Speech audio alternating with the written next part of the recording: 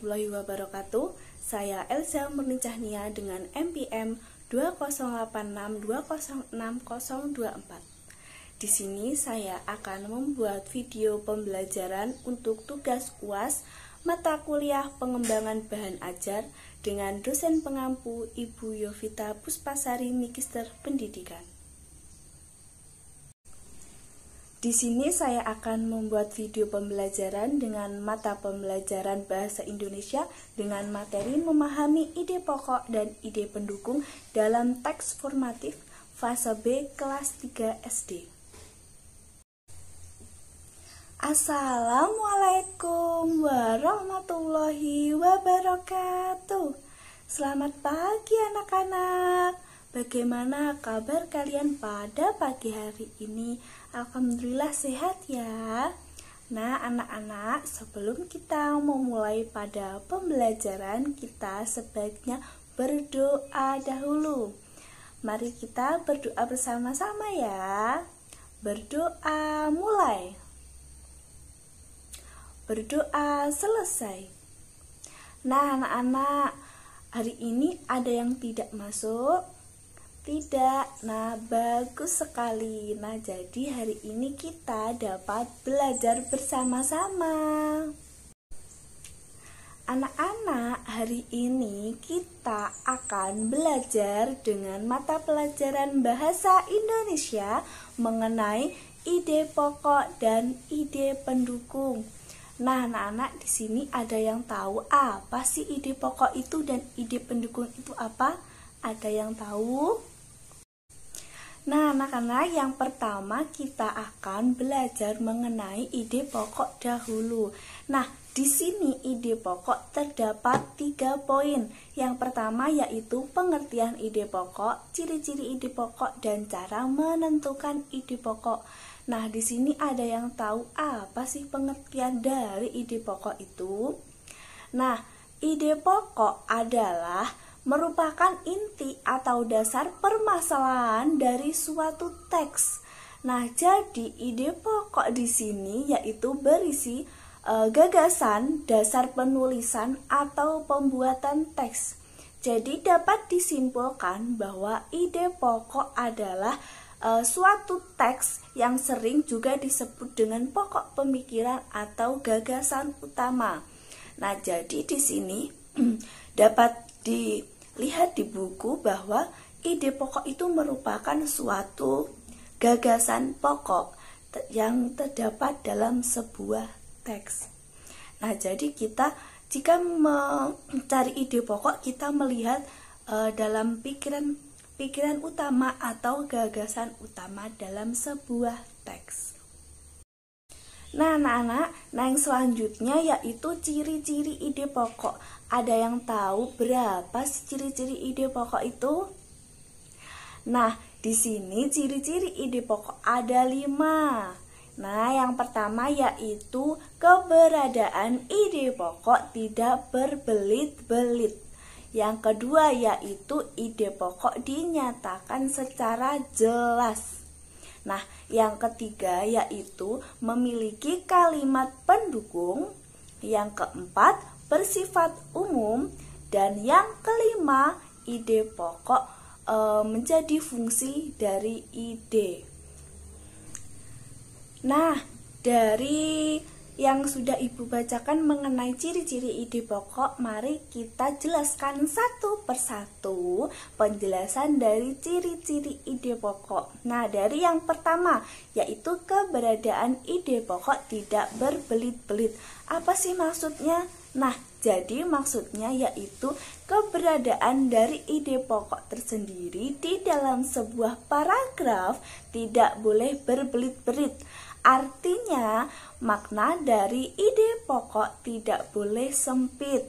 Nah, akan tetapi tidak juga terlalu luas. Karena hal ini berfungsi untuk supaya pembaca dapat mudah untuk menangkap ide pokok dan juga dapat dijabarkan secara luas lagi. Nah, yang kedua yaitu ide pokok dinyatakan secara jelas. Nah, di sini dapat dijelaskan bahwa selain tidak berbelit, ide pokok juga harus dinyatakan secara jelas. Karena dalam penulisan atau gambaran dengan jelas, pembaca dapat memahami apa isi dari ide pokok itu. Nah, jadi selain itu, apa yang akan disampaikan atau dari inti ide pokok juga dinyatakan secara jelas karena pembaca dapat memahami ide pokok yang ada dalam sebuah teks. Nah, yang ketiga yaitu bersifat umum. Jadi, sebuah ide pokok harus mengandung suatu hal yang bersifat umum. Karena hal ini nantinya akan dikerucutkan lagi. Jadi artinya bahwa suatu ide pokok kemudian akan bisa dijelaskan dan dijabarkan lagi lebih luas oleh seorang pembaca. Jadi kalau ide pokok tidak mengandung bersifat umum, maka si pembaca juga akan bingung bagaimana cara kita mencari ide pokok dalam suatu teks. Nah, yang keempat yaitu memiliki kalimat pendukung. Dalam ide pokok harus memiliki kalimat pendukung karena sebuah ide pokok tidak lantas berdiri sendiri di dalam suatu paragraf. Nah, jadi ide pokok harus memiliki kalimat pendukung atau ide yang jelas. Nah, kalimat pendukung tersebut berguna untuk memberikan penjelasan yang lebih lanjut dalam suatu teks. Maka ide pokok sebelumnya, jadi sehingga paragraf akan menjadi padu dan mudah dimengerti kepada si pembaca. Nah, jadi jika kalimat memiliki pendukung, maka kita akan dengan mudah mencari ide pokoknya dan juga ide pendukung. Nah, yang terakhir yaitu yang kelima, yaitu fungsi dari ide pokok. Nah, jadi ide pokok ini juga memiliki fungsi anak-anak. Nah, adanya ide pokok dalam sebuah paragraf juga memiliki fungsi seperti untuk memudahkan pembaca mengetahui inti atau pokok bahasan dalam sebuah paragraf yang dibaca. Nah, jadi hal ini berguna supaya inti dari ide pokok yang akan disampaikan dalam paragraf dapat tersampaikan dengan baik. Nah, melalui identifikasi ide pokok, pembaca dapat mengetahui ide pokok dalam suatu paragraf yang dibaca oleh pembaca. Nah, selanjutnya yaitu poin ketiga. Nah, di sini ada yang tahu apa tadi poin yang ketiga? Nah ya, kita sekarang memasuki poin yang ketiga yaitu cara menentukan ide pokok. Nah, di sini cara menentukan ide pokok ada beberapa poin. Nah, yang pertama yaitu membaca seluruh paragraf, yang kedua membaca setiap kalimat, yang ketiga membiasakan kalimat utama. Nah, kita harus memisahkan kalimat utama dan kalimat kedua. Yang keempat yaitu menandai informasi-informasi penting dalam sebuah paragraf. Nah, yang kelima, kalimat penjelas adalah kalimat pendukung. Yang keenam, menyimpulkan isi paragraf. Dan yang terakhir yaitu yang ketujuh, menandai ide pokok. Nah, dari cara menemukan ide pokok tadi, mari kita jelaskan satu persatu penjelasan dari sebuah cara menentukan ide pokoknya. Nah, di sini langsung masuk yang pertama yaitu membaca seluruh paragraf. Nah, kita jika membaca seluruh paragraf itu mendapatkan fungsi, yaitu kita dapat menemukan ide pokok dalam suatu paragraf. Nah, cara yang pertama ini kita yang harus dilakukan adalah membaca seluruh dari isi paragraf tersebut. Caranya dengan berkonsentrasi dengan cermat ketika membaca. Bacalah sekaligus cerita kata dan demi kata yang ada dalam paragraf tersebut. Selain itu, bacalah dengan teliti dengan setiap informasi yang ada. Langkah ini dapat membantu kita untuk menentukan ide pokok. Nah, anak-anak, fungsi dari membaca seluruh paragraf itu kita dapat menentukan informasi-informasi yang ada dalam sebuah teks. Nah, jadi seperti ini, kita menentukan ide pokok, kita harus membaca seluruh paragraf yang ada. Kalau kita hanya membaca sebagian saja dari paragraf, kita tidak dapat menentukan ide pokoknya karena kita tidak memahami isi dari paragraf tersebut. Nah, yang kedua yaitu membaca setiap kalimat. Jadi, kita harus membaca setiap kalimat yang ada dalam paragraf. Nah, cara yang kedua ini kita bisa melakukan untuk menentukan ide pokok. Karena dengan membaca serta memahami kalimat, kita dapat menentukan ide pokok dalam suatu teks. Nah, hal ini dilakukan agar setiap paragraf terdiri dari beberapa ide. Nah, jadi dalam ide pokok kita harus membaca agar dapat mengetahui isi dari ide pokoknya. Nah, yang ketiga yaitu memisahkan kalimat utama. Nah, jadi di sini kita harus memisahkan kalimat utama dan kalimat penjelas.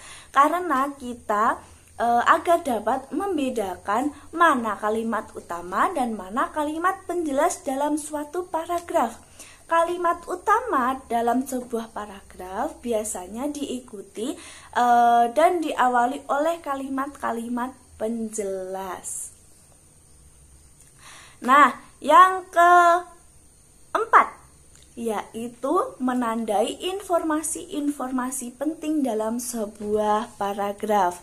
Nah, jadi yang keempat ini kita bisa melakukan dengan cara memberikan tanda-tanda pada informasi penting dalam sebuah paragraf. Nah, informasi penting tersebut dapat berada di setiap kalimat atau setiap paragraf.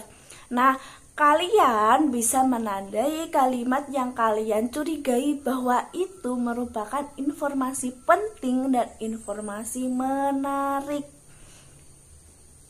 Yang kelima, yaitu kalimat penjelas adalah kalimat pendukung. Nah, dalam suatu paragraf terdapat ide pokok dan juga ide pendukung. Nah, di sini terdapat ide pokok dan juga penjelas. Jika tersebut ada kalimat penjelas, yaitu merupakan kalimat pendukung dalam suatu paragraf. Nah, jadi cara yang kelima ini dapat dilakukan dengan mengenali kalimat penjelas dalam sebuah paragraf yang bersifat sebagai kalimat pendukung. Nah, dalam tahap ini ketika kamu masih mengalami kesulitan kalian bisa memperhatikan menggunakan kata-kata yang berulang-ulang. Nah, kalimat penjelas itu biasanya kalimat yang diulang-ulang. Jadi, kalian dapat membedakan mana ide pokoknya dan mana ide pendukung dalam sebuah paragraf. Nah, yang selanjutnya yaitu menyimpulkan isi paragraf. Nah, di sini yang keenam yaitu kita dapat melakukan menyimpulkan dari sebuah paragraf. Disimpulkan isi dari paragraf yang ada. Karena hal ini berguna untuk membantu dan mencari dan menentukan ide pokok, sehingga hal ini akan memberikan kalian kemudahan untuk mencari ide pokoknya. Nah, yang terakhir atau yang ketujuh yaitu menandai ide pokok. Nah, di sini kita dapat menandai ide pokok dalam suatu paragraf. Nah, tandai ide pokok dalam setiap paragraf dari suatu tulisan yang menyeluruh.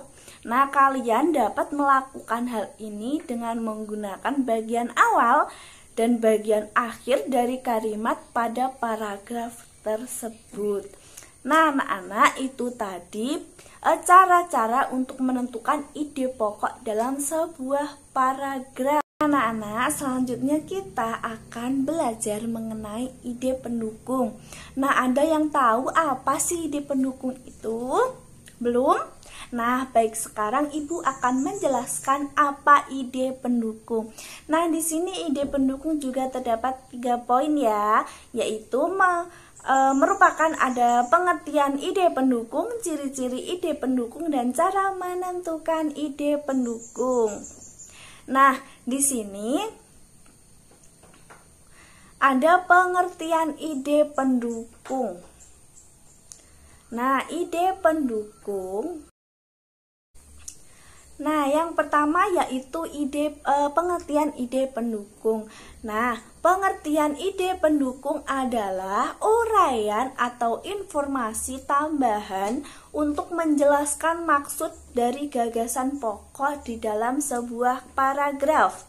Nah, gagasan pendukung tersebut juga menjadi kalimat penjelas karena fungsi utama adalah untuk menjelaskan paragraf yang ada. Nah, jadi untuk merinci dan memperdalam kalimat utama. Nah, jadi dalam kalimat utama juga ada kalimat penjelas. Fungsi dari kalimat penjelas ini yaitu untuk menjelaskan maksud dari kalimat utama. Nah, yang kedua yaitu ciri-ciri ide pendukung. Nah, di sini ciri-ciri ide pendukung yaitu ada 4. Yang pertama yaitu ide pendukung terdapat pada kalimat yang menegaskan ide pokok. Nah, jadi dalam ide pokok yaitu memiliki ide pendukung. Nah, ide pendukung sendiri itu fungsinya untuk menegaskan isi dari ide pokok. Yang kedua yaitu kalimat ide pendukung dapat berbentuk data, uraian, kronologi kejadian, contoh, dan lain sebagainya.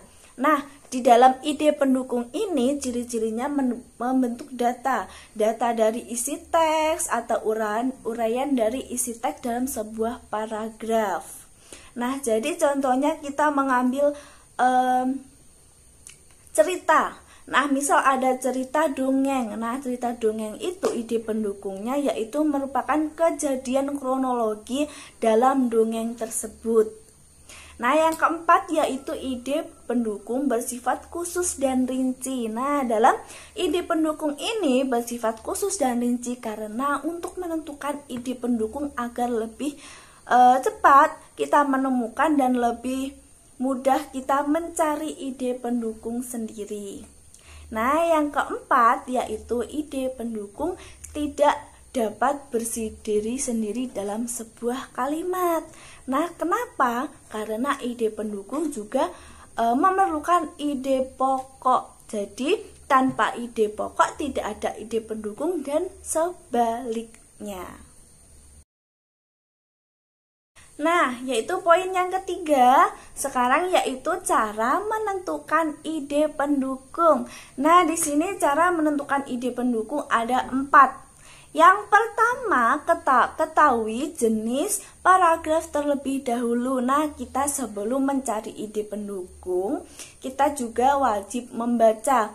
Nah, setelah kita membaca, kita dapat mengetahui jenis paragrafnya. Nah, jadi kita lebih mudah dalam menyimpulkan ide pendukung dalam sebuah teks. Nah, yang kedua yaitu membedakan kalimat utama dan kalimat penjelas.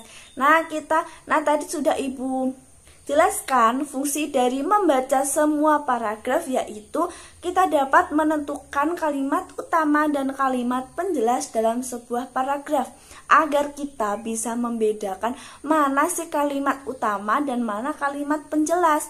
Nah, jadi kita dapat menentukan yang ini kalimat utama dan ini kalimat penjelas. Nah, yang ketiga yaitu tentukan kalimat utama dengan memiliki isi gagasan pokok. Nah, dalam kalimat utama memiliki gagasan pokok atau isi pokok dalam paragraf. Nah, setelah kita mencari ide pokoknya, kita selanjutnya mencari ide pendukung.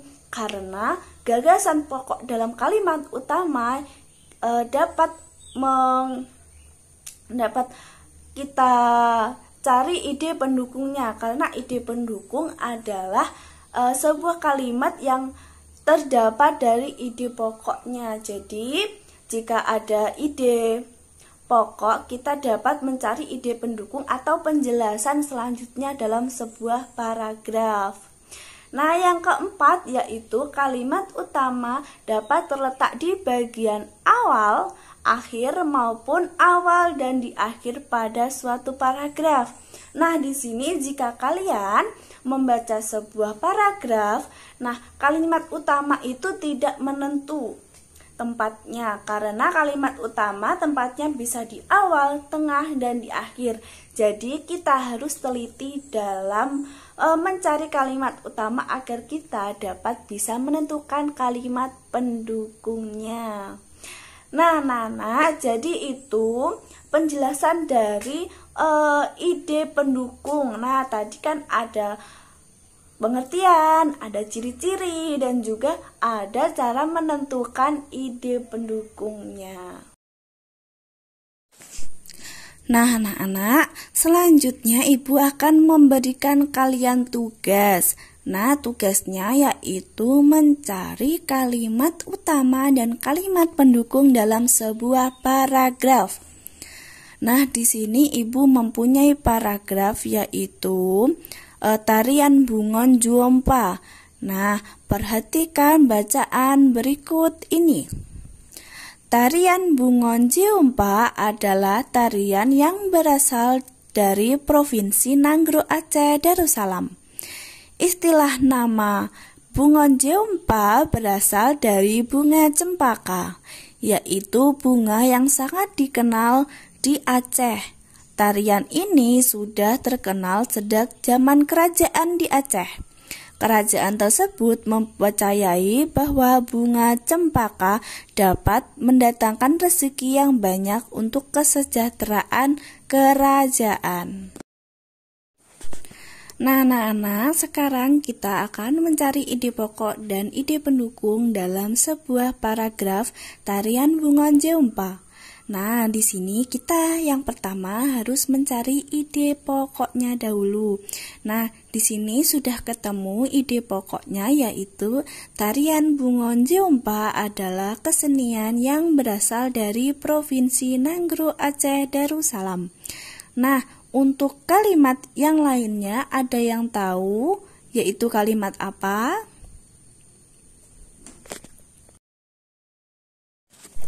Nah, anak-anak, untuk kalimat yang lainnya adalah kalimat pendukung. Nah, dalam kalimat pendukung yaitu berisi istilah nama Bungon Jeompa berarti bunga cempaka, yaitu bunga yang sangat terkenal di Aceh. Tarian ini sudah populer sejak zaman kerajaan di Aceh. Kerajaan tersebut mempercayai bahwa bunga cempaka dapat mendatangkan rezeki yang banyak untuk kesejahteraan kerajaan. Nah, anak-anak, di sini ide pokok dalam tarian Bungon Jeompa yaitu ide pokok berisi kalimat utama atau kalimat gagasan dalam suatu paragraf. Nah, dapat disimpulkan bahwa ide pokok yaitu ide yang memiliki kalimat utama atau gagasan utama dalam sebuah paragraf. Nah, jadi kalimat lainnya yaitu kalimat pendukung. Jadi kalimat yang lainnya disebut kalimat pendukung atau ide pendukung yang berisi kalimat penjelas atau gagasan pendukung. Nah, jadi kalimat yang lainnya itu kalimat penjelas dalam kalimat utama. Jadi ide pokok memiliki ide pendukung, jadi fungsi ide pendukung tersebut untuk memperjelas dalam sebuah paragraf. Nah, jadi ide pokok adalah suatu gagasan paragraf pada awal kalimat. Nah, dan jika kalimat pendukung yaitu suatu gagasan atau ide pokok yang terdapat dalam setelah kalimat utama menjadi kalimat penjelas. Nah, jadi kalian sudah mengerti kan bagaimana cara kita menentukan ide pokok dan ide pendukung? Sangat mudah kan? Nah, jadi kuncinya yaitu kita harus memahami sebuah paragraf. Jadi kita harus membaca semua paragraf dengan teliti. Nah, jika dengan teliti kita dapat mencari ide pokok dan ide pendukung dalam sebuah teks. Nah, jadi anak-anak kita tadi sudah belajar mengenai apa saja? Ya, ada ide pokok, ada ciri-ciri ide pokok, ada cara menentukan ide pokok. Nah, dan juga kita juga belajar mengenai ide pendukung. Nah, ide pendukung tadi terdapat pengertian ide pendukung, ciri-ciri ide pendukung, dan cara menentukan ide pendukung.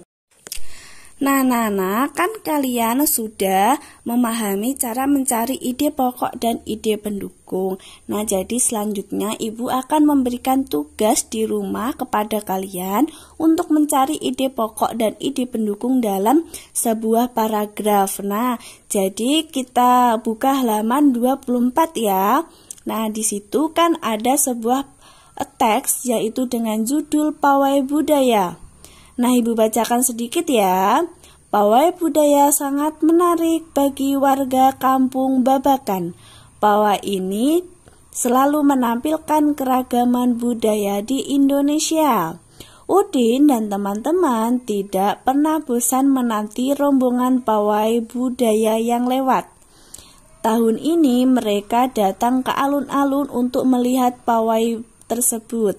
Kakek Udin pun terlihat sabar menanti dan mendengarkan suara gendang yang menandakan rombongan pawai semakin dekat. Nah, anak-anak, kalian di rumah harus mencari ide pokok dan ide pendukung dalam paragraf ini. Nanti kita kumpulkan minggu depan ya. Nah, anak-anak, jadi pembelajaran kita selesai sampai di sini. Nah, jangan lupa tugasnya dikerjakan ya. Nah, Ibu akhiri, bila Ibu ada salah kata Ibu minta maaf. Assalamualaikum warahmatullahi wabarakatuh. Nah, kalian hati-hati di jalan ya.